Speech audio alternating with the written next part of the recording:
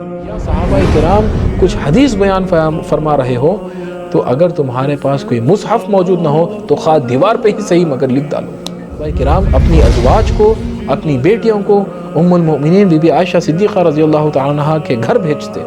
لاکھوں کروڑوں ام المؤمنین بی بی عائشہ صدیقہ رضی اللہ تعالی عنہا کی بارگاہ میں ہم گناہ گاروں کا سلام، جن کے مسائل کو حل فرماتے ہوئے ہماری ایک پرامن زندگی، ہماری بہنوں کے لیے، ہماری ماؤں کے لیے، ہماری بیٹیوں کے لیے زندگی جینے کا سلیقہ عطا فرمائے، اور حضور صلی اللہ علیہ وسلم کی تمام تعلیمات کو امانت کے ساتھ امت تک پہنچا دی۔ تو کیا وہ راوی ثقہ ہے؟ کیا وہ راوی عادل ہے؟ کیا وہ راوی اہل سنت والجماعت سے ہے یا نہیں جاتے؟ اور ہر شخص جو حدیث مبارکہ بیان فرماتا اس سے ہم فرماتے، اس سے پوچھتے کہ اپنے رجال پیش کریں، پھر فرماتے ہیں فَيُنظَرُ إِلَىٰ أَهْلِ السُّنَّةِ فَيُؤْخَذُ حَدِيثُهُ، اگر وہ شخص اہل سنت ہوتا تو پھر اس سے حدیث لے لیتے، اور پھر فرماتے ہیں کہ اگر وہ اہل البدع میں سے ہوتا تو فَلَا يُؤْخَذُ حَدِيثُهُ، تو ہم اس کے پاس سے حدیث نہیں لیتے تھے۔ روایت حدیث میں سب سے بڑا مقام امام بخاری رحمۃ اللہ علیہ، اور درایت حدیث میں سب سے اونچا کام امام ابو حنیفہ رحمۃ اللہ علیہ۔ امام مسلم رحمۃ اللہ علیہ نے جو کتاب لکھی، اس کے بارے میں بھی لوگوں نے اپنا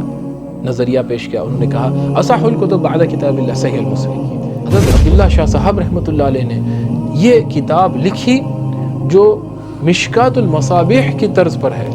مشکات المصابیح کی طرز پر انہوں نے کتاب لکھی، اور ایک تحفہ ایشیا کے خاص طور کے مسلمانوں کے لیے یہ کتاب لکھی۔ اس وقت میرے ہاتھ میں جو ترجمہ موجود ہے یہ حضرت مولانا خواجہ شریف، یہ جو زجاجۃ المصابیح شریف کا ترجمہ اردو میں موجود ہے، نور المصابیح، اس کی تصحیح میرے والد محترم نے کی۔ اب اس کے بعد حدیث نبوی صلی اللہ علیہ وسلم کی طرف آ جائیں۔ اللہ تبارک و تعالیٰ کا جو وعدہ تھا نا، انا نحن نزلنا الذکر وانا لہ لحافظون، اس ذکر کو ہم نے ہی نازل فرمایا اور ہم ہی اس کی حفاظت کرنے والے ہیں۔ اللہ تعالیٰ کا یہ وعدہ اللہ تعالیٰ نے صحابہ کرام کے ذریعے سے اس کو پورا فرمایا، صحابہ کرام کے ذریعے سے اللہ تعالیٰ نے اس کو پورا فرمایا۔ اب آئیے حدیث نبوی صلی اللہ علیہ وسلم کی کس طرح حفاظت کی گئی، اس کے بارے میں بھی ہم ذرا جان لیتے ہیں۔ اس بات کو اچھی طرح یاد رکھ لیں کہ تابعین کا جب دور آیا، جن میں کبار تابعین، بڑے بڑے جلیل القدر تابعین، جن کا نام مصطلحات حدیث اور فن حدیث کے اندر کثرت کے ساتھ ملتا ہے، امام سفیان الثوری رحمۃ اللہ علیہ، امام عبداللہ بن مبارک رحمۃ اللہ علیہ، یہ وہ لوگ تھے جن سے اوپر حدیث مبارک میں کسی کا درجہ نہیں تھا، اور یہ دونوں شاگرد تھے امام ابو حنیفہ رحمۃ اللہ علیہ۔ بہرحال ہوا یہ کہ صحابہ کرام کے دور میں جو تابعین تھے، کبار تابعین، ان لوگوں نے چاہا کہ ہم صحابہ کرام کی زیارت کریں۔ جب اسلام ان کے کنٹریز میں پہنچنا شروع ہوا تو دنیا بھر سے بڑے بڑے تابعین، کبار تابعین حجاز کی طرف آتے، شہر مدینہ آتے، اور کوفہ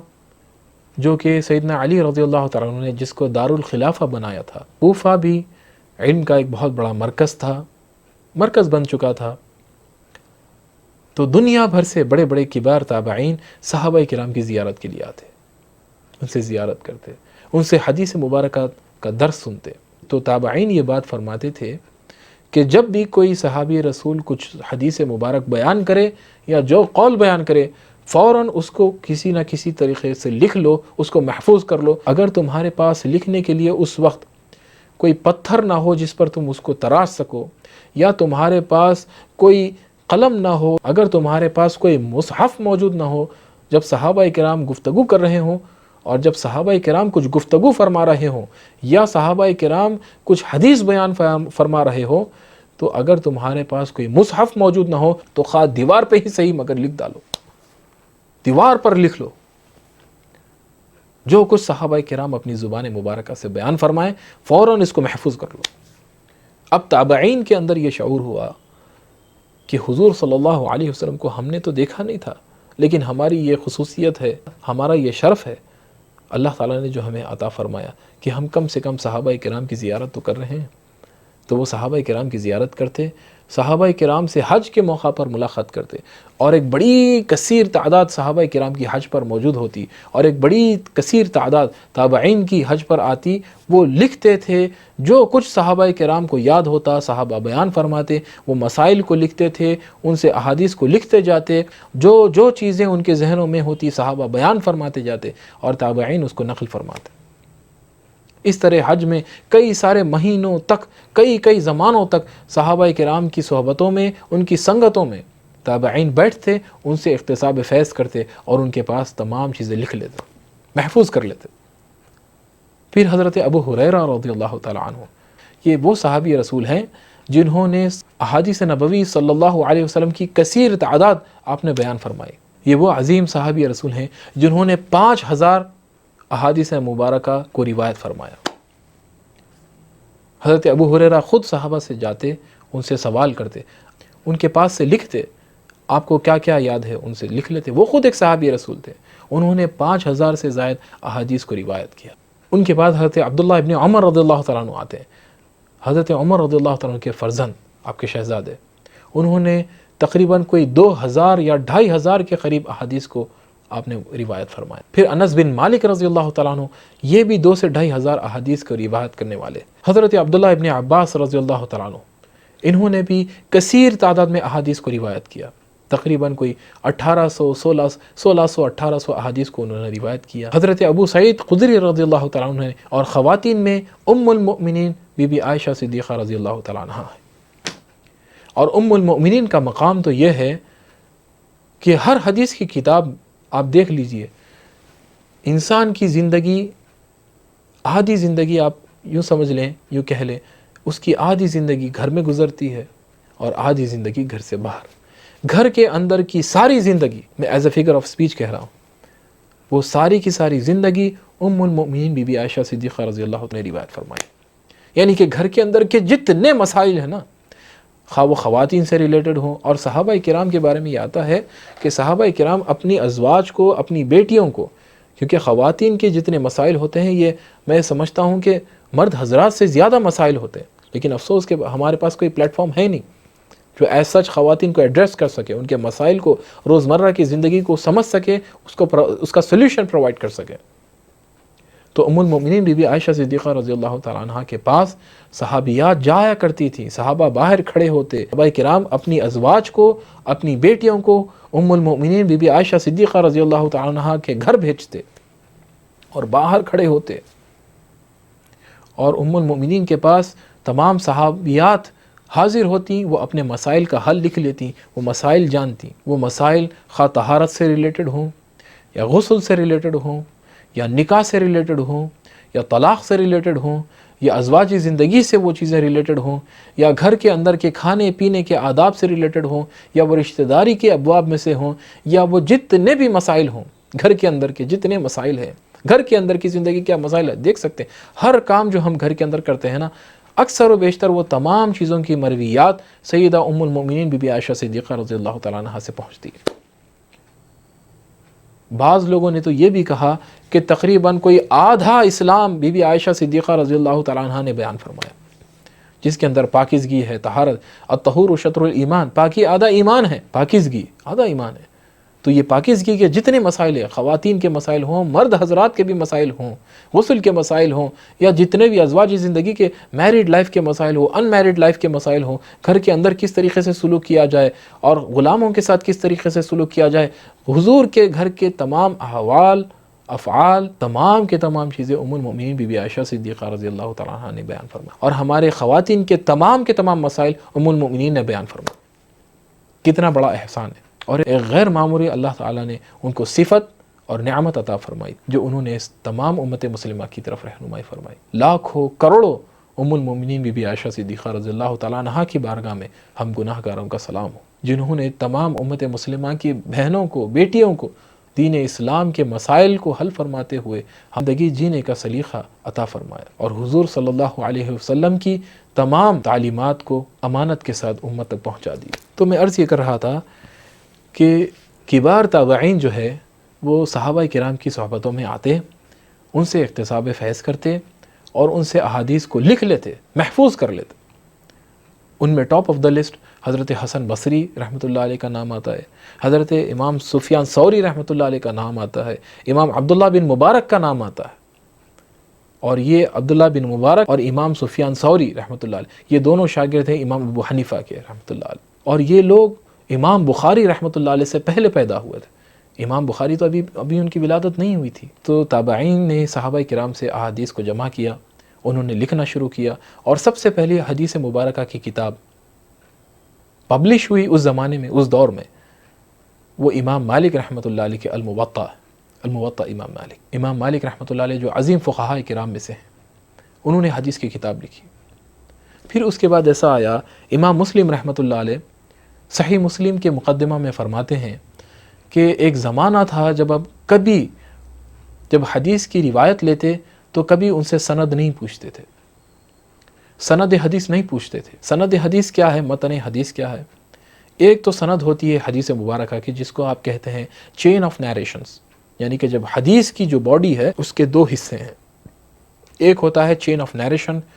جس کو آپ کہتے ہیں سند حدیث. پھر ہوتا ہے متن حدیث. متن حدیث حضور صلی اللہ علیہ وسلم کے افعال ہوتے ہیں، اقوال، اعمال، احوال، یہ تمام کی تمام چیزیں یہ متن حدیث ہوتے ہیں. یہ جملہ ملا کر یہ حدیث کی ایک باڈی ہے. جو سند حدیث ہے نا، جس کے اندر رجال کے جو نام ہوتے ہیں، میں نے ان سے سنا، حدثنا فلاں فلاں فلاں حدثنا، میں ان سے سنا، پھر انہوں نے ان سے سنا، انہوں نے ان سے سنا، یہ جو چین آف نیریشن ہے اس کو کہتے ہیں سند حدیث. امام مسلم رحمۃ اللہ علیہ فرماتے ہیں جب تک فتنہ وضع حدیث کا نہیں ہوا تھا، اس وقت تک، اس دور تک ہم کبھی کسی سے سند پوچھتے ہی نہیں تھے. یعنی کہ بہت سارے لوگوں نے جو دشمنان اسلام تھے، انہوں نے ایک کام شروع کیا، انہوں نے چاہا کہ اسلام کو کس طریقے سے نقصان پہنچایا جائے. بعض لوگوں نے یہ سوچا کہ اسلام کو نقصان پہنچانے کا سب سے بہترین طریقہ یہ ہے. اب قرآن مجید میں تو ترمیم نہیں کر سکتے تھے، نہ قرآن مجید کا نہ تے بے ہو سکتا تھا، نہ بے تے ہو سکتا تھا. تو انہوں نے سوچا کہ کسی نہ کسی طریقے سے کام کریں، حدیث مبارکہ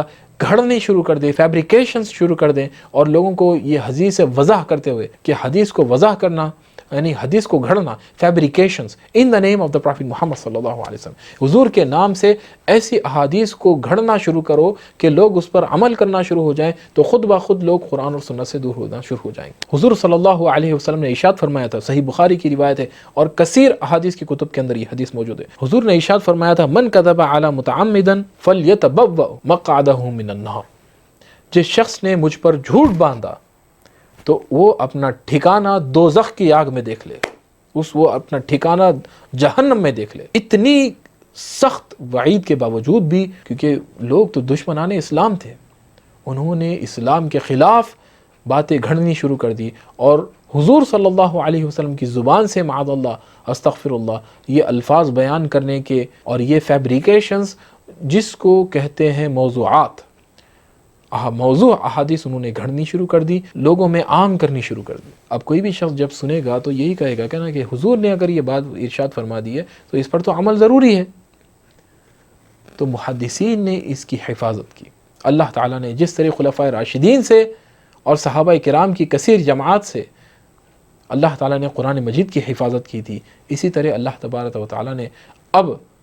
حدیث مبارکہ کی حفاظت کے لیے صحابہ کرام اور تابعین، اتباع التابعین کو اللہ تعالیٰ نے یہ شرف بخشا کہ انہوں نے حدیث مبارکہ کی حفاظت کی. امام مسلم رحمۃ اللہ علیہ صحیح مسلم کے مقدمہ میں لکھتے ہیں، وہ فرماتے ہیں کہ جب تک فتنہ وضع الحدیث شروع نہیں ہوا تھا، اس وقت ہم کسی شخص سے حدیث کی سند نہیں پوچھتے تھے. لیکن جب فتنہ حدیث کو گھڑنے کا فتنہ جب شروع ہوا وضع الحدیث کا، تو پھر ہم نے ہر شخص کو یہ پوچھا کہ تمہارے پاس اس کی سند موجود ہے. اور پھر فرماتے ہیں کہ ہم دیکھتے تھے کیا وہ راوی صادق ہے، کیا وہ راوی ثقہ ہے، کیا وہ راوی عادل ہے، کیا وہ راوی اہل سنت والجماعت سے ہے یا نہیں ہے. اگر وہ راوی عادل ہوتا، صادق ہوتا اور وہ سچ بات کہہ رہا ہوتا، لیکن ایسا تو نہیں پتہ چلتا نا کہ وہ شخص سچ کہہ رہا ہے یا نہیں ہو. اس کے پیچھے پوری ڈاکٹرائن ہوتی تھی. وہ بار بار کئی ممالک میں سفر کرتے تھے، ایک سے دوسرے ممالک جاتے تھے، دوسرے تیسرے ممالک جاتے تھے. انہوں نے کس سے سنا؟ ان سے سنا. اب دوسرے شخص سے سننے کے لیے، ان سے سماع کرنے کے لیے ان کے ملک جانا، ان سے ملاقات کرنا، ان کے احوال کو لینا، ان سے پھر ثابت کرنا کہ یہ چین برابر سے میچ ہو رہی ہے یا نہیں ہو رہی ہے، ان سے ملاقات ثابت بھی ہے یا نہیں ہے. پھر راوی کس درجے کا راوی ہے، عادل ہے یا نہیں ہے، پھر راوی کس درجے کا ہے، صدوق راوی ہے یا پہلے درجے کا ہے یا دوسرے درجے کا، یہ تمام درجات محدثین نے تیار کیا حدیث مبارکہ کی حفاظت کی خاطر، تاکہ قیامت تک کے احادیث نبوی صلی اللہ علیہ وسلم کی حفاظت ہو سکے۔ امام مسلم رحمۃ اللہ علیہ فرماتے ہیں کہ ہم جاتے اور ہر شخص جو حدیث مبارکہ بیان فرماتا اس سے ہم فرماتے، اس سے پوچھتے کہ اپنے رجال پیش کرو، سند پیش کرو اس کی جو تم بات بتا رہے ہو، اور پھر فرماتے ہیں اپنی سند بتاؤ، اپنے رجال بتاؤ، پھر فرماتے ہیں فَيُنظَرُ إِلَىٰ أَهْلِ السُّنَّةِ فَيُؤْخَذُ حَدِيثُهُمْ، اگر وہ شخص اہل سنت ہوتا تو پھر اس سے حدیث لے لیتے، اور پھر فرماتے ہیں کہ اگر وہ اہل البدع میں سے ہوتا تو فَلَا يُؤْخَذُ حَدِيثُهُمْ، تو ہم اس کے پاس سے حدیث نہیں لیتے تھے، اور حدیث مت لیا کرو اہل البدع سے۔ اگر وہ شخص اہل سنت سے ہوتا تو اس کی حدیث لے لیتے تھے، اگر اہل سنت سے نہیں ہوتا، اہل البدع سے ہوتا، یعنی کہ اس زمانے میں بہت سارے فتنے جمع ہو چکے تھے، یعنی کہ ایک فہرست ہے اس زمانے میں تابعین اور اتباع تابعین اور پھر آنے والے بہت سارے زمانوں میں فتنے جنم لے چکے تھے۔ خوارج کا سب سے پہلے فتنہ تھا جو سیدنا علی رضی اللہ تعالیٰ عنہ کے زمانے میں اٹسلف وہ ایک ایرپٹ ہو چکا تھا، پھر اس کے بعد الگ الگ مختلف فتنے آ چکے تھے، فتنہ اخنسیہ، فتنہ جبریہ، قدریہ، مرجیہ، اخنسیہ، میمونیہ، بے شمار فتنے ایسے تھے جنہوں کے ہم نے ان کے نام بھی نہیں سنے، اور اللہ کا شکر کہ وہ فتنے آج ختم ہو چکے ہیں، لیکن یہ فتنے اس زمانے میں ایگزسٹ کرتے تھے۔ یہ سارے کے سارے لوگ یہ اہل البدع میں سے تھے، ان کی ایسی ایسی باتیں ہوا کرتی تھی جو اسلام کی بنیاد سے خلاف ہو، قرآن کے خلاف ہو، سنت کے خلاف ہو۔ یہ تمام کے تمام فتنوں کو اس زمانے کے ائمہ نے ٹیکل کر کے اس کو ختم کر دیا۔ یہ سب کے سب لوگ اہل البدع کہلائے جاتے تھے اس زمانے۔ اب یاد رکھ لیجئے کہ روایت حدیث اور پھر درایت حدیث یہ دونوں الگ مختلف چیزیں ہیں۔ سب سے بڑا مقام روایت حدیث میں، سب سے بڑا مقام امام بخاری رحمۃ اللہ علیہ کا، اور درایت حدیث میں سب سے اونچا کام امام ابو حنیفہ رحمۃ اللہ علیہ کا، سب سے بڑا کام۔ اب میں آپ کو بتاتا ہوں کہ محدثین نے کیا کام کیا اور فقہاء کرام نے کیا کام کیا، انشاءاللہ تعالی ہم اس کو جاننے کی کوشش کریں گے۔ پھر محدثین میں امام بخاری رحمۃ اللہ علیہ کے بارے میں آتا ہے، امام ابن حجر عسقلانی رحمۃ اللہ علیہ اس بات کو نقل فرماتے ہیں، اور پھر دیگر ائمہ نے بھی اس کو لکھا۔ یہ بات آپ کو مقدمہ ابن الصلاح، امام ابن صلاح رحمۃ اللہ علیہ کی کتاب ہے، اس کے اندر بھی مل جائے گی، اور امام ابن حجر عسقلانی رحمۃ اللہ علیہ نے ایک شرح لکھی، شرح صحیح البخاری، اس کا نام ہے فتح الباری۔ یہ مشہور شرح ہے، اور تمام دنیا بھر کے بڑے بڑے جو لوگ احادیث کی کتب سے شغف رکھتے ہیں وہ لوگ اس کتاب کو جانتے ہیں۔ تو امام بخاری رحمۃ اللہ علیہ فرماتے ہیں کہ میں نے دنیا بھر میں سفر کیا احادیث کو جمع کرنے کے لیے، احادیث کو محفوظ کرنے کے لیے، اور پھر فرماتے ہیں کہ میں نے کوفہ اور بغداد سب سے زیادہ وزٹ کیے، سب سے زیادہ میں نے اگر دورہ کیا تو کوفہ اور بغداد کا۔ اس کی وجہ کیا تھی؟ اس لیے کیونکہ سیدنا علی رضی اللہ تعالیٰ عنہ نے کوفہ اور بغداد کو آپ نے دارالخلافہ بنایا تھا، وہاں پر علماء کرام کی کثیر تعداد تھی، وہاں پر علم کے چشمے وہاں سے جو ہے دنیا سے پھیلتے تھے، اور کوفہ یا بغداد یہ وہ مقامات تھے جہاں امام ابو حنیفہ رحمۃ اللہ علیہ کے خاص تلامذہ وہاں پر رہا کرتے تھے۔ انہوں نے قرآن مجید اور احادیث نبوی صلی اللہ علیہ وسلم سے اپنے جدید دور کے مسائل کو انہوں نے اخذ کیا تھا، اور وہ وہاں بیٹھتے، اور 4000 سے زیادہ تابعین علم الحدیث میں مصروف ہوا کرتے تھے، 4000 سے زیادہ تابعین۔ تو یہ وہ مقامات تھے۔ امام بخاری فرماتے ہیں کہ میں نے زندگی میں بہت سارے سفر کیے، حجاز کی طرف سفر کیے، مکہ معظمہ کی طرف سفر کیے، مدینہ منورہ کی طرف سفر کیے، اور فرماتے ہیں کہ میں نے ریاض الجنہ میں بیٹھ کر صحیح بخاری شریف کو مکمل کیا۔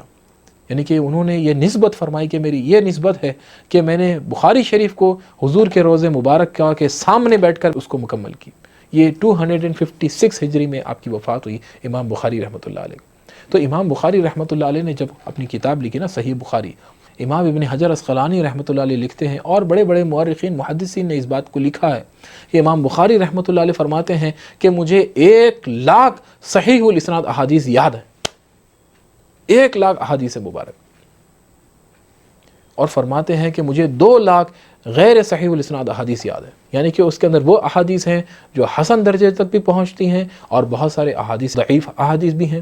لیکن موضوع ایک بالکل الگ چیز ہے، موضوع فیبریکیشن ہوتی ہے، ضعیف ویک ہوتی ہے، کسی وجوہات کی وجہ سے کوئی حدیث کی سند کے اندر ضعف کا آ جانا، یہ فیبریکیشن نہیں ہوتا، یاد رکھ لیجئے۔ تو امام بخاری رحمۃ اللہ علیہ نے اپنا ایک پیمانہ تیار کیا کہ میں صحیح بخاری لکھتا ہوں، اور امام بخاری رحمۃ اللہ علیہ کے اپنے اساتذہ تھے۔ امام بخاری رحمۃ اللہ علیہ کے جو شیوخ تھے، جو آپ کے اساتذہ تھے، امام حماد بن زید رحمۃ اللہ علیہ، حضرت امام عبداللہ بن مبارک رحمۃ اللہ علیہ، امام بخاری رحمۃ اللہ علیہ کے یہ والد کے استاد تھے حضرت عبداللہ بن مبارک رحمۃ اللہ علیہ، اور پھر امام مالک بن انس رحمۃ اللہ علیہ،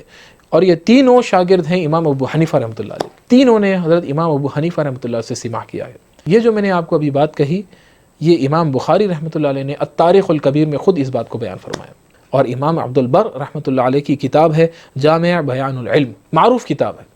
اس کے اندر انہوں نے یہ بات بیان فرمائی۔ امام بخاری رحمۃ اللہ علیہ سے پہلے بہت ساری احادیث کی کتب لکھی جا چکی تھی۔ اب یہ میرے ہاتھ میں دیکھیے صحیح البخاری، امام بخاری رحمۃ اللہ علیہ، امام بخاری رحمۃ اللہ علیہ کی جو کتاب ہے، اس کا ایک ٹائٹل ساری دنیا کے اس زمانے کے لوگوں نے دیا تھا، اصح الکتب بعد کتاب اللہ۔ انہوں نے کہا تھا کہ اللہ کی کتاب کے بعد روئے زمین پر اگر کوئی کتاب اتھینٹک ہے تو پھر وہ صحیح البخاری ہے۔ اور اس سے پہلے ایک اور کتاب کو ٹائٹل دیا گیا تھا، وہ موطا امام مالک، امام مالک رحمۃ اللہ علیہ کی جو کتاب تھی الموطا، اس کے لیے بھی یہ بات ٹائٹل دی گئی تھی، یعنی کہ قرآن مجید کے بعد سب سے بہترین کتاب موطا امام مالک۔ پھر امام بخاری رحمۃ اللہ علیہ کے صحیح بخاری کے بعد پھر جو کتاب لکھی گئی، امام مسلم رحمۃ اللہ علیہ نے جو کتاب لکھی، اس کے بارے میں بھی لوگوں نے اپنا نظریہ پیش کیا۔ انہوں نے کہا اصح الکتب بعد کتاب اللہ صحیح المسلم، کہ صحیح مسلم اللہ کی کتاب کے بعد سب سے بہترین کتاب ہے روئے زمین پر۔ محدثین نے بہت محنت کی احادیث کو جمع کرنے میں، پھر انہوں نے احادیث کو لکھنا شروع کیا، اور امام بخاری رحمۃ اللہ علیہ سے پہلے بہت ساری احادیث کی کتب لکھی جا چکی تھی، جیسے امام احمد بن حنبل رحمۃ اللہ علیہ۔ اور امام احمد بن حنبل رحمۃ اللہ علیہ کا معاملہ تو یہ تھا، آپ فرماتے ہیں کہ مجھے 7 لاکھ احادیث مبارکہ یاد ہے، 7 lakhs مع رجال، اسماء الرجال کے ساتھ۔ اصل ہوا یہ تھا، محدثین نے چاہا کہ ہم جب احادیث کی کتب لکھیں گے تو پھر اس کا ایک معیار بنائیں گے۔ امام بخاری نے، امام مسلم نے جب اپنی کتب لکھی تو انہوں نے چاہا کہ اپنی کتاب کا معیار یہ ہو کہ صرف اور صرف اوتھینٹک احادیث کو جمع کریں۔ پھر امام ترمذی رحمۃ اللہ علیہ نے بھی وہ طرز اپنایا، لیکن انہوں نے اس کے ساتھ ساتھ دوسرے احادیث کو بھی جمع کیا۔ اس میں حسن درجے کی بھی روایات ہیں، پھر ضعیف احادیث بھی روایات ہیں، پھر صحاح ستہ یا کتب ستہ کی جو کتابیں ہیں، پھر اس کے اندر بہت ساری کتابیں احادیث کی آ جاتی ہیں، پھر اس کے بعد الگ کتابیں آ جاتی ہیں، تو بہت ساری کتابیں احادیث کی لکھی گئی۔ جیسے مثال کے طور پر امام احمد بن حنبل رحمۃ اللہ علیہ نے تقریباً کوئی 28 سے 30 ہزار احادیث کا ذخیرہ تیار کیا، مسند احمد بن حنبل۔ امام ابن ابی شیبہ رحمۃ اللہ علیہ، یہ امام بخاری کے استاد ہیں، آپ نے لکھی مصنف ابن ابی شیبہ، جو تقریباً کوئی 35 سے 40 ہزار احادیث کا ذخیرہ، سب سے بڑی روئے زمین پر حدیث کی کتاب مصنف ابن ابی شیبہ، آپ نے کتاب لکھی حدیث کی۔ پھر اسی زمانے میں امام بخاری رحمۃ اللہ علیہ کے زمانے میں ان کے استاد امام عبد الرزاق رحمۃ اللہ علیہ نے، انہوں نے ایک کتاب لکھی حدیث کی، مصنف عبد الرزاق۔ پھر اس کے بعد کثیر تعداد میں احادیث کی کتب لکھی جانے لگی۔ پھر امام بخاری رحمۃ اللہ علیہ نے احادیث کی کتب لکھی، جو ان کے پاس، ان کے والد محترم کے پاس ایک حدیث مبارکہ کا ذخیرہ تھا، انہوں نے اسے جمع کیا۔ امام مسلم نے پھر اس کے بعد میں لکھا، پھر امام ترمذی نے کتابیں لکھی، پھر امام بخاری، مسلم، ترمذی، ابو داؤد، نسائی، ابن ماجہ، پھر اس کے بعد مستدرک علی الصحیحین، امام بخاری اور امام مسلم رحمۃ اللہ علیہ کے جو راوی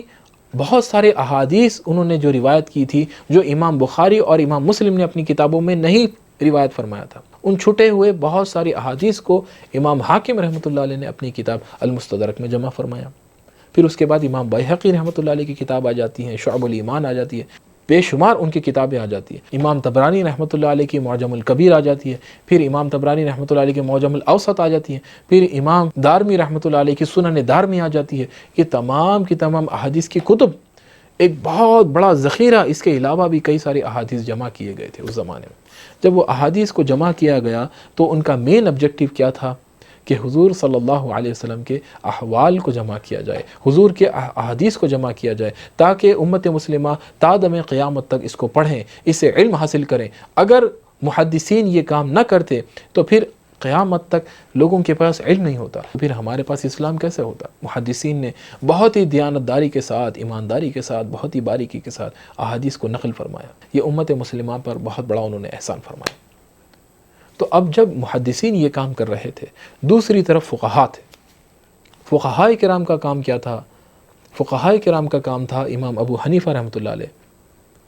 جن کی وفات 150 ہجری، جو امام بخاری رحمۃ اللہ کے زمانے سے بہت پہلے آپ دنیا سے رخصت ہو چکے تھے، امام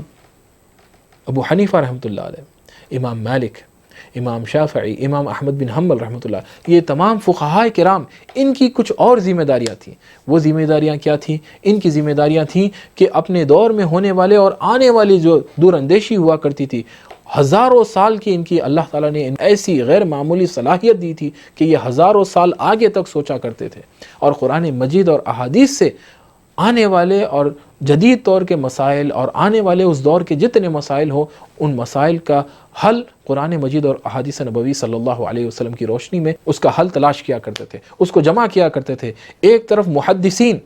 احادیث، ان کا کام تھا احادیث کو جمع کرنا، رجال کو جمع کرنا، جس کو بایوگرافیکل ایویلویشن آف دا حدیث نیریٹرز کہا جاتا، جنہوں نے اسماء و رجال کی کتابیں لکھی۔ محدثین کا مین گول تھا، ان کا آبجیکٹو تھا، احادیث کی حفاظت کی جائے، احادیث کو کتابوں میں نقل کیا جائے، ان کی حفاظت کی جائے۔ لہٰذا ان کا جو ایم آبجیکٹو تھا وہ یہ تھا کہ رجال کو جمع کرو، ہر حدیث کے اوپر جو جتنے لوگوں نے اس کو روایت کیا ہے، یہ روایت کون سے درجے کی ہے، اس کے اوپر حکم لگانا، اس کی جانچ کرنا، ہر حدیث کے اوپر، جیسے امام ابن حجر اسقلانی رحمۃ اللہ علیہ نے امام بخاری، صحیح بخاری اور صحیح مسلم کے راویوں کے اوپر بھی انہوں نے جرح کی، اس کی ایویلویشن کی کہ یہ کون لوگ ہیں، کہ یہ راوی کون ہے، کہاں پیدا ہوئے تھے، جو کچھ ان کو انفارمیشن ملتی گئی وہ اس کو جمع کرتے گئے۔ فقہا کا دوسرا کام یہ تھا، قرآن اور سنت کے اندر کون کون سی چیزیں ہیں جو مباحات، کون سی چیزیں فرائض ہیں، قرآن اور سنت سے نکالتے۔ امام ابو حنیفہ رحمۃ اللہ علیہ کے پاس سووں نے بلکہ ہزاروں کی تعداد میں امام ابو حنیفہ رحمۃ اللہ علیہ کے ساتھ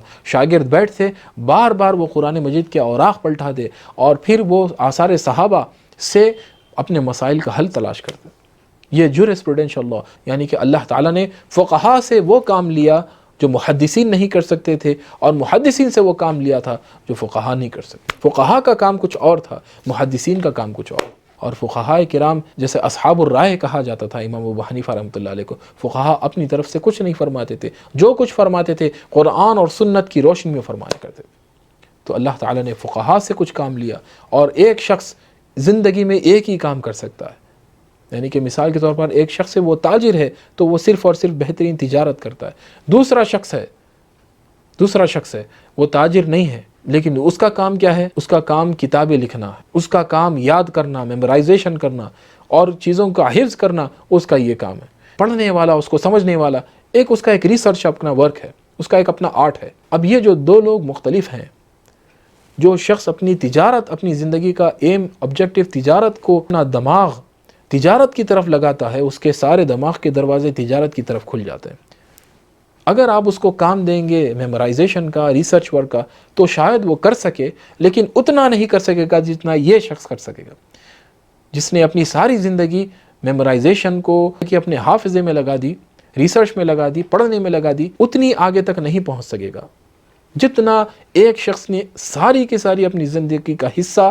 پڑھنے میں، علم کو حاصل کرنے میں لگا دی۔ اور یہ شخص جو علم حاصل کرتا ہے ساری زندگی، اگر آپ اس کو کہتے ہیں کہ آپ تجارت کر کے بتائیں، تو وہ تجارت تو شاید کر لے گا، لیکن وہ اس طریقے کی تجارت نہیں کر سکے گا جس طرح ایک تاجر اپنی ساری زندگی کا وقت تجارت میں اس نے لگا کر اپنے ذہن کو کھولا، تجارت کے اس نے دروازے کھولے۔ تو جو شخص جس کام کی طرف متوجہ ہوتا ہے، اپنی زندگی اس کے لگا دیتا ہے، تو پھر اس کا مائنڈ، اس کا ذہن فن کی طرف وہ اپنا ذہن کو صرف کر دیتا ہے، پھر اس کے دروازے کھلتے جاتے ہیں۔ تو محدثین کا جو کام ہوتا تھا، وہ کام یہ ہوتا تھا کہ حدیث کی حفاظت ہونی چاہیے، حدیث کے ابواب برابر سے لکھنا، ترجمۃ الباب اس کے لکھنا، یعنی کہ حدیث مبارکہ کو اس طریقے سے بنانا کہ کوئی شخص اگر حدیث کی کتاب پڑھنا چاہے تو اس کو فقہ کا بھی علم آ جائے، اس طریقے سے اس کے ترجمۃ الباب کو بیان کرنا، پھر اس کے رجال کو برابر سے بیان کرنا، اس کو تیار کرنا، اس کے اوپر ایک نظر رکھنا، پھر حدیث کے اوپر حکم لگانا۔ دوسری طرف کام ہوا کرتا تھا، اس بات کی فکر میں لگے رہتے کہ نماز اگر پڑھنا ہو، نماز میں کتنے مسائل، روزے میں کتنے مسائل ہیں، حج میں کتنے مسائل ہیں، زکوٰۃ میں کتنے مسائل ہیں، یہ تمام کے تمام مسائل، پھر زندگی کے چھوٹے موٹے بڑے تمام کے تمام مسائل کو کس طریقے سے حل کیا جائے، یہ فقہاء کرام کی ڈیوٹی تھی، یہ محدثین کی ڈیوٹی تھی۔ تو اللہ تبارک و تعالیٰ نے اس طریقے سے قرآن مجید اور حدیث مبارکہ کی حفاظت فرمائی۔ میں آپ حضرات کو مشکات المصابیح کے بارے میں چند باتیں بتانا چاہوں گا، اس کے ساتھ ساتھ زجاجۃ المصابیح جو میرے ہاتھ میں اس وقت ہے، موجود ہے، جو محدث دکن حضرت عبداللہ شاہ صاحب رحمۃ اللہ علیہ، ایک دکن کے بہت عظیم بزرگ گزرے ہیں، محدث دکن کی، ان کی ایک کتاب ہے زجاجۃ المصابیح. میں چاہوں گا کہ اس پر روشنی ڈالوں. جب احادیث کی بے شمار کتب لکھی گئی، کثیر تعداد میں احادیث کی کتب لکھی گئی، پھر امام بغوی رحمۃ اللہ علیہ ایک بہت بڑے عظیم محدث گزرے، امام بغوی المتوفی 516 ہجری، انہوں نے ایک حدیث مبارکہ کی ایک کتاب لکھی، اس کا نام ہے مصابیح السنہ. انہوں نے یہ چاہا کہ جو احادیث کی بے شمار کتابیں ہیں، بخاری، مسلم، ترمذی، ابو داؤد، نسائی، ابن ماجہ، پھر اس کے بعد اس سے پہلے مسند احمد بن حنبل وغیرہ، تمام کی تمام کتب احادیث کی، اتنے بڑے ذخائر ہر کے ہاتھ میں تو نہیں ہو سکتے، نہ اس کے پاس اتنی کیپیسٹی ہوتی ہے رکھنے کے لیے، نہ اس کے پاس اتنے وسائل ہوتے ہیں کہ وہ اتنے کتب کو خریدیں. اب آج کے زمانے تو پرنٹنگ پریس ہے، لیکن ان زمانوں میں تو لوگ اپنے ہاتھوں سے لکھا کرتے تھے. انہوں نے چاہا کہ کیوں نہ پورے احادیث کی کتب کو ایک کتاب کے اندر میں جمع کر دوں،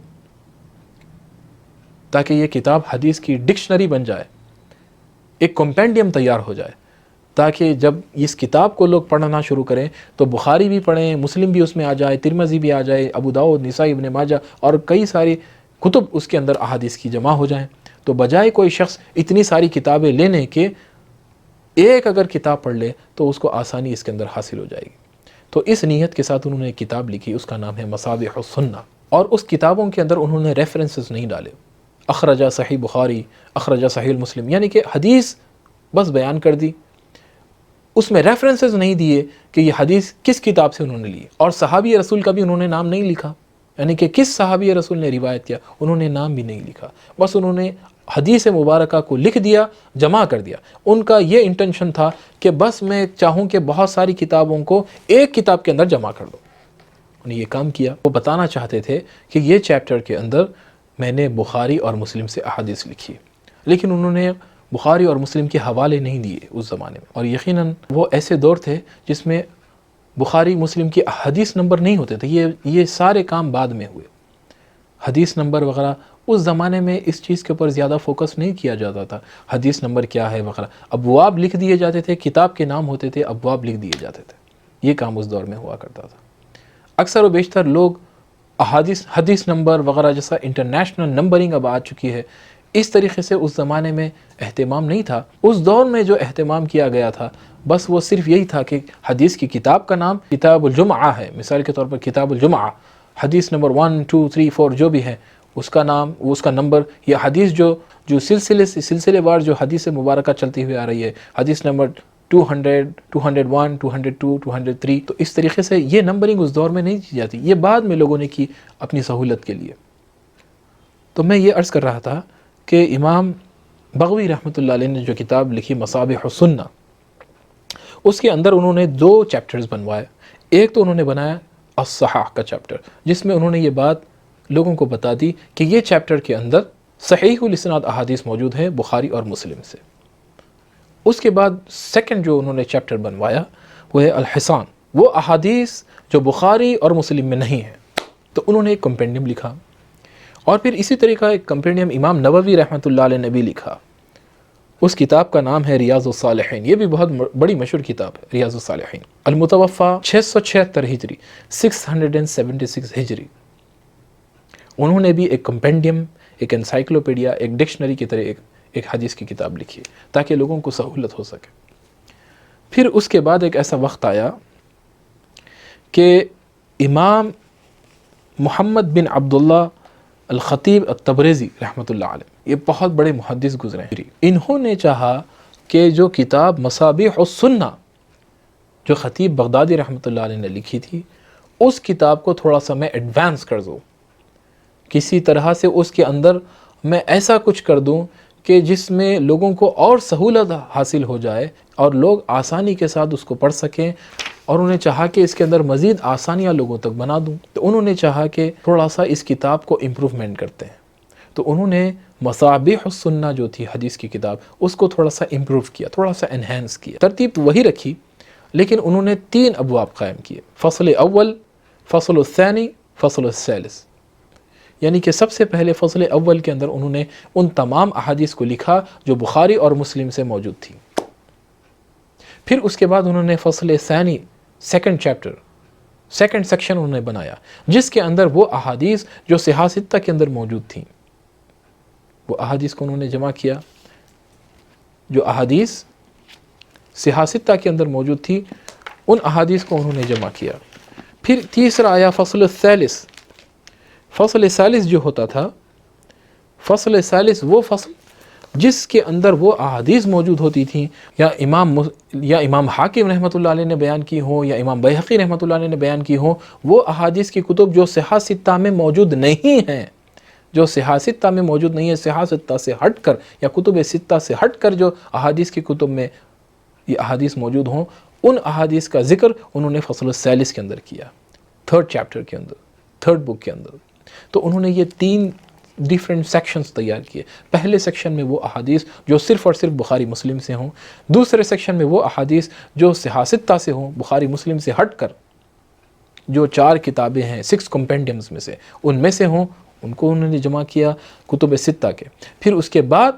تیسرا جو سیکشن ہے فصل الثالث، اس کے اندر انہوں نے کتب ستہ، یہ 6 کی 6 احادیث کی کتابوں سے ہٹ کر جو دوسری احادیث کی کتب ہیں اس کو انہوں نے جمع کیا۔ اب یہ جو حدیث کی کتاب میرے پاس اس وقت موجود ہے، پھر اس کے بعد میں تخریج کی گئی، یہ تحکیم کے ساتھ ہے۔ ایک صاحب ہیں، ان کا نام ہے شیخ زبیر علی زئی، یہ دراصل اہل حدیث مکتب فکر کے ایک مولانا ہیں، انہوں نے اس کی تحکیم کی بعد میں، یعنی کہ اس کے اندر ہر حدیث مبارکہ کی سند موجود ہے، سند کے ساتھ پھر اس میں راوی بھی موجود ہے، پھر اس کے ساتھ پوری مکمل صحابی رسول صلی اللہ علیہ وسلم کا نام بھی موجود ہے جنہوں نے حدیث مبارکہ کو روایت فرمایا، پھر اس کے ساتھ تحکیم بھی موجود ہے کہ یہ حدیث مبارکہ کی سند کیا ہے، یہ حدیث صحیح ہے یا حسن ہے یا ضعیف ہے، کس درجے میں یہ حدیث مبارکہ، اس کی سند کیا ہے، وہ بھی اس کے اندر موجود ہے۔ تو بعض لوگوں نے ہر دور میں اس کو انہینس کیا اور پھر اس کے اندر انٹرنیشنل نمبرنگ کے ساتھ حدیث مبارکہ موجود ہے کہ مشکات المصابیح وہ کتاب بنی جو حدیث مبارکہ کمپینڈیم بن گئی۔ تو یہ حدیث کی کتاب ایک کمپینڈیم کی حیثیت سے لوگوں کے اندر عام ہوتی چلی گئی۔ پھر اس کے بعد دکن کی سرزمین کو یہ اعزاز حاصل ہوا کہ وہاں پر محدث دکن ابو الحسنات علامہ سید عبداللہ شاہ صاحب رحمۃ اللہ علیہ بن السید مظفر حسین، انہوں نے ایک کتاب لکھی اور آپ کے متوفہ ہے 1384 ہجری 1384 میں آپ کا وصال ہوا، اور آپ نے ایک بہترین کتاب لکھی، اس کا نام ہے زجاجۃ المصابیح۔ یہ جو میرے پاس اس وقت مطبوعہ ہے، یہ کتاب کا مطبوعہ جو ہے یہ کراچی پاکستان کا ہے، اور پھر اس کتاب کو بے شمار لوگوں نے دنیا بھر میں اس کو شائع کیا۔ یہ اب یہاں پر ایک دلچسپ بات یہ ہے کہ تاریخ میں جو ائمہ گزرے ہیں، خواہ وہ محدثین ہوں، مفسرین ہوں، محققین ہوں، متقدمین ہوں، فقہا ہوں، ان کی کثیر تعداد شواف ہیں، شافعی حضرات بہت کثیر تعداد میں ہوئے ہیں، اور جو فالوورز ہیں، جو عوام الناس ہیں، ان کی تعداد کثرت سے وہ احناف ہیں۔ اور بر صغیر پاک و ہند کے اندر آپ دیکھیے 65% آف دا مسلم پاپولیشن یہ ایشیا میں رہتا ہے، اور ایشیا کا ایک بہت بڑا حصہ انڈیا، پاکستان، بنگلہ دیش اور سری لنکا، یہ سارے کے سارے لوگ، ان کی جو اکثریت ہے وہ احناف کی ہے۔ ملیشیا، انڈونیشیا میں شوافے رہتے ہیں، پھر افغانستان جیسے ملک کے اندر وہاں پر بھی احناف ہیں۔ وہ لوگ امام ابو حنیفہ رحمۃ اللہ علیہ کے نظریات کو معتبر مانتے ہیں، اور امام ابو حنیفہ رحمۃ اللہ علیہ کے جتنے نظریات ہیں وہ نعوذ باللہ کوئی قرآن اور حدیث سے ہٹ کر نہیں ہیں۔ انہوں نے جو کچھ باتیں فرمائی ہیں وہ احادیث کی کتب کے اندر اس کے حوالے موجود ہیں۔ اگر احناف دوسری مرتبہ رفع الیدین نہیں کرتے تو اس کی دلیل موجود ہے، اگر احناف ناف کے نیچے ہاتھ باندھتے ہیں تو اس کی دلیل موجود ہے۔ لیکن ہوا یہ تھا کہ خطیب بغدادی رحمۃ اللہ علیہ یہ شافعی تھے، انہوں نے جو کتاب لکھی تھی مصابیح السنہ، وہ اس کے اندر انہوں نے جو بھی نماز کے مسائل یا روزے کے مسائل یا زکوٰۃ، یہ جو بھی ابواب انہوں نے چیپٹرز بنائے تھے وہ پورے کے پورے احادیث انہوں نے بخاری مسلم سے جمع کی تھی، اور جتنی احادیث کی کتب سے انہوں نے جمع کی تھی شافعی مسلک کو مد نظر رکھتے ہوئے انہوں نے اس کتاب کو لکھا تھا۔ وہ وہی احادیث کو جمع فرمائے تھے جن احادیث سے امام شافعی رحمۃ اللہ علیہ کا مسلک ثابت ہوتا ہے، یعنی کہ وہ کسی مسلک کو ثابت کرنے کے لیے حدیث شریف کی کتاب نہیں لکھے تھے، لیکن انہوں نے جو حدیث کی کتاب لکھی تھی، کیونکہ امام بخاری رحمۃ اللہ علیہ کے بارے میں بھی آتا ہے کہ آپ شافعی تھے، لیکن بعض کا یہ قول ہے کہ وہ خود مجتہد تھے، لیکن اگر وہ خود مجتہد تھے تو پھر بعض لوگوں نے اس کے بارے میں اختلاف کیا کہ پھر ان کا مذہب کہاں گیا، کیا وہ خود ہی سے ختم ہو گیا؟ نہیں، ایسا تو نہیں ہو سکتا۔ تو بہت سارے کثیر تعداد میں جو محدثین تھے ان کی اکثریت شوافع تھی، وہ شافعی المذہب تھے۔ تو امام بغوی رحمۃ اللہ علیہ نے جب مصابیح السنہ لکھی تو پھر اس کتاب کے اندر وہ تمام کے تمام مسائل ہیں which are related to the jurisprudential law of the شافعیز، امام شافعی رحمۃ اللہ علیہ کے نقطہ نظریہ کے مطابق اس کے اندر احادیث موجود ہے۔ اس کے اندر آپ کو یہ احادیث نہیں ملے گی کہ ہاتھ ناف کے نیچے باندھنا ہے،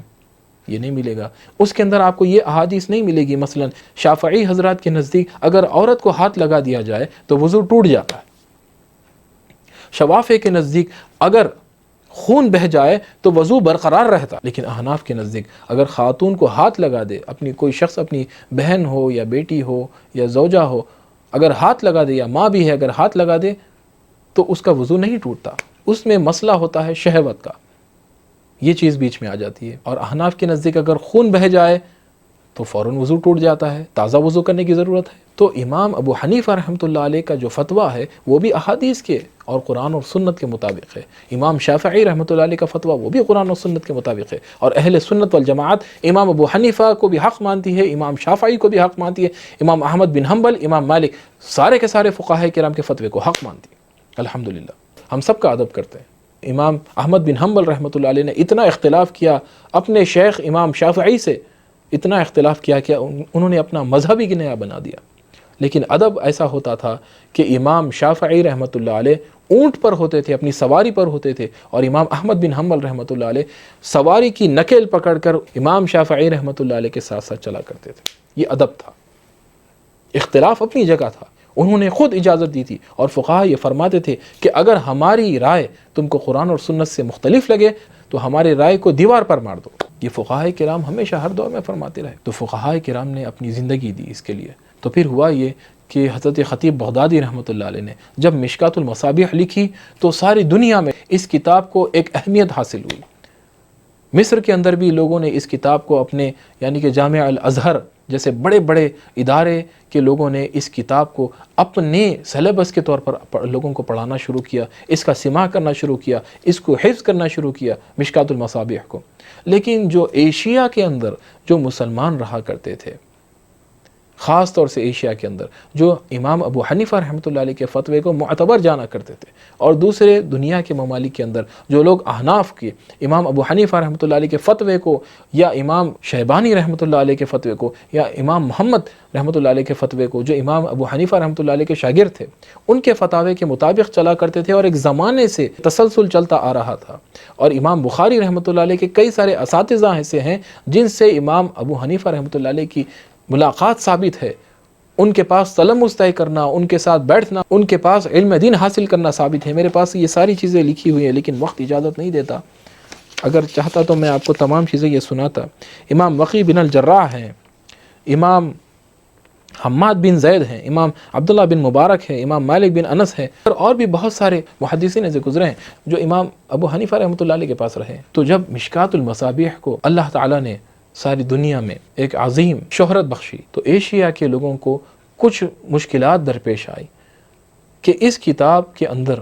فقہی جو مسائل ہے وہ امام شافعی رحمۃ اللہ علیہ کے فقہ کے مطابق، انہوں نے جب کہ اس کتاب کو کھولا تو اس کے اندر وہ احادیث موجود نہیں تھے جس میں حضور صلی اللہ علیہ وسلم نے رفع یدین دوسری مرتبہ نہیں کیا ہو۔ احناف ایک مرتبہ رفع الیدین کرتے ہیں، 2 بار نہیں کرتے، سمیع اللہ لمن حمیدہ کے بعد تو نہیں کرتے، لیکن ایک بار ضرور کرتے ہیں، تو وہ احادیث اس کے اندر موجود نہیں تھیں۔ ایسے درجنوں مسائل ہیں جس پر امام ابو حنیفہ کا اختلاف ہے، امام شافعی کا اختلاف ہے، بہت سارے ائمہ کا اختلاف ہے۔ ایسی صورت میں تو اللہ تعالیٰ نے ہند کو پھر یہ سعادت بخشی۔ حضرت عبداللہ شاہ صاحب رحمۃ اللہ علیہ نے یہ کتاب لکھی جو مشکات المصابیح کی طرز پر ہے، مشکات المصابیح کی طرز پر انہوں نے کتاب لکھی، اور اس کتاب کی نوعیت، اس کتاب کی خاصیت یہ ہے کہ انہوں نے تمام وہ احادیث جو امام ابو حنیفہ رحمۃ اللہ علیہ کے مذہب کو ثابت کرتی تھیں، اور وہ احادیث جو حضور صلی اللہ علیہ وسلم نے بیان فرمایا تھا، وہ بڑا احادیث کا ذخیرہ جو مشکات المصابیح کے اندر موجود نہ تھا یا مصابیح السنہ کے اندر موجود نہ تھا، ان احادیث کے ذخیرے کو امام حضرت عبداللہ شاہ صاحب رحمۃ اللہ علیہ محدث دکن نے اپنی کتاب زجاجۃ المصابیح میں انہوں نے جمع فرمایا، اور پھر اس کے اندر وہ تمام احادیث کو انہوں نے جمع فرمایا جو احادیث امام ابو حنیفہ رحمۃ اللہ علیہ کے مسلک کے مطابق، اور ایشیا کے 65% سے زیادہ جو مسلمان رہتے ہیں ان کے جو زندگی بھر کے جو مسائل ہیں، انہوں نے ان تمام کے تمام مسائل کا حل دیا، اور نور المصابیح، زجاجۃ المصابیح ایسی کتاب انہوں نے لکھی جو بالکل مشکات المصابیح کی طرز پر لکھی، لیکن احناف کے تمام مسائل اس کے اندر انہوں نے بیان فرما دی۔ لوگ چیز کا اعتراض کرتے تھے کہ ابو حنیفہ رحمۃ اللہ علیہ کے ماننے والے امام ابو حنیفہ رحمۃ اللہ علیہ یہ اصحاب الرائے میں سے ہیں، ان کے لوگ اصحاب الرائے میں سے ہیں، ان کا کوئی مسلک نہیں ہے، اصل لوگ تو شوافے ہیں، امام ابو حنیفہ رحمۃ اللہ علیہ کا جو بھی مسلک ہے وہ قرآن اور حدیث سے ہٹ کر ہے معاذ اللہ، لیکن ایسا نہیں۔ امام ابو حنیفہ رحمۃ اللہ علیہ کا مسلک احادیث پر، تو امام حضرت عبداللہ شاہ صاحب رحمۃ اللہ علیہ نے وہ تمام کی تمام آیات، وہ تمام کی تمام احادیث مبارکہ اس کتاب میں جمع فرما دی۔ یہ بہت ضخیم کتاب اور ایک تحفہ ایشیا کے خاص طور کے مسلمانوں کے لیے یہ کتاب لکھی، اور اس کا ترجمہ اس وقت میرے ہاتھ میں جو ترجمہ موجود ہے یہ حضرت مولانا خواجہ شریف دامت برکاتہم العالیہ جو شیخ الحدیث تھے جامعہ نظامیہ کے، انہوں نے یہ کتاب کا ترجمہ فرمایا۔ میرے والد محترم محمد محی الدین انور رحمۃ اللہ علیہ، اللہ تعالیٰ نے میرے والد محترم کو یہ اعزاز بخشا تھا کہ وہ محدث دکن رحمۃ اللہ علیہ کی سنگتوں میں گزارا۔ ان کا بچپن جس مکان میں میرے والد محترم رہا کرتے تھے اس مکان کے بالکل متصل سامنے محدث دکن رحمۃ اللہ علیہ کا مکان تھا۔ بڑے بڑے وزراء اس زمانے کے آتے تھے حضرت کی زیارت کے لیے، حضرت کے ساتھ اختصاب فیض کے لیے، حضرت سے علم حاصل کرنے کے لیے، اپنے مسائل کے حل کے لیے لوگ آیا کرتے تھے۔ اب شخص چاہے کہ میں فتویٰ لینا چاہتا ہوں، اس کتاب کو پڑھ لے۔ کوئی شخص چاہے کہ میں حدیث پڑھنا چاہتا ہوں، اس کتاب کو پڑھ لے۔ کوئی شخص چاہتا ہے کہ میں فقہا کے فقہی مسائل پڑھنا چاہوں، چاہے کہ مجھے فقہی مسائل کے اندر ڈیپتھ نالج چاہیے، اسی کتاب کو پڑھ لے۔ اگر آپ اس کتاب کو الگ الگ جہتوں سے دیکھیں گے، یہ کتاب آپ کو ہر جہت کے اندر، ہر اعتبار سے ایک مایہ ناز مقام پر آپ کو یہ کتاب نظر آئے گی۔ معزز سامعین کرام، میرا جو مقصد تھا، میں نے آپ کو ایک اوور ویو دیا، ایک ہسٹوریکل آپ کو میں نے ایک تاریخ بتا دی، کس طرح قرآن مجید کو جمع کیا گیا، کس طرح قرآن مجید کی اللہ تعالیٰ نے حفاظت فرمائی، لوگوں نے کس طریقے سے احادیث مبارکہ کو جمع کیا، اور پھر میں نے آپ کو ایک مختصر سی تاریخ بتا دی۔ حدیث دکن عبداللہ شاہ صاحب رحمۃ اللہ علیہ کے زمانے تک میں نے آپ کو حدیث مبارکہ کی ایک چھوٹی سی ہسٹری اور اماموں کی ایک چھوٹی سی ہسٹری میں نے آپ کو بتائی۔ اس کا مقصد کیا ہے؟ اس کا مقصد یہ ہے کہ جو کتابیں ثابت ہیں، ہمیں چاہیے کہ ان ذخیروں کا ہم استعمال کریں۔ میں ان تمام خطباء سے، مقررین سے، علماء سے، سب سے میں گزارش کرتا ہوں کہ ان کتابوں کا درس دیں، درس قرآن دیں، درس تفسیر دیں، درس حدیث دیں، درس فقہ دیں، درس فتاوی، درس حدیث دیں، تاکہ امت مسلمہ اللہ کی کتاب اور اللہ کے رسول صلی اللہ علیہ وسلم کی حدیث مبارکہ اللہ کی رسی کو مضبوطی کے ساتھ تھامے رکھے۔ اللہ تعالیٰ نے ارشاد فرمایا وَاعْتَصِمُوا بِحَبْلِ اللَّهِ جَمِيعًا وَلَا تَفَرَّقُوا Hold fast to the rope of Allah and do not be divided۔ اللہ کی رسی کو مضبوطی کے ساتھ تھامے رکھو اور آپس میں تفرقہ مت بنانا، آپس میں فتنہ نہیں بنانا۔ اگر آپس میں تفرقہ بناؤ گے تو پھر امت مسلمہ ٹکڑوں میں بٹ جائے گی، اور ہم کو اصل جو علم حاصل کرنا ہے، یاد رکھ لیجئے، جب بھی ہم کو کوئی مسئلہ آتا ہے تو اس مسئلے کے حل کے لیے ہم 4 چیزیں دیکھتے ہیں: قرآن، حدیث، اجماع اور قیاس۔ اور اگر ہم مین جو اس کے اندر پھر سے 2 سورسز ہیں، قرآن اور سنت، اگر ہم اس سے دور ہو جائیں اور اپنے خطابات کے اندر بجائے قرآن اور سنت بیان کرنے کے ایسی چیزیں بیان کرنی شروع کر دے جو بے سند ہیں، جس کی کوئی سند نہ ہو، اور ایسی چیزیں جو قرآن اور سنت سے ٹکراتی ہو، تو پھر اس سے اجتناب کرنا چاہیے۔ اللہ تبارک و تعالی ہم سب کو عمل صالح کی توفیق عطا فرمائے۔ اللہ تبارک و تعالی ہم سب کو نیک ہدایت دے، اور اللہ تبارک و تعالی ہم سب سے دین کا کام لے۔ اللہ تبارک و تعالی ہمیں قرآن اور سنت پر عمل کرنے والا بنائے۔ اللہ تبارک و تعالی ہمارے آنے والی نسلوں کی حفاظت فرمائے۔ آمین۔ وآخر دعوانا ان الحمد للہ رب العالمین۔ والسلام علیکم ورحمۃ اللہ وبرکاتہ۔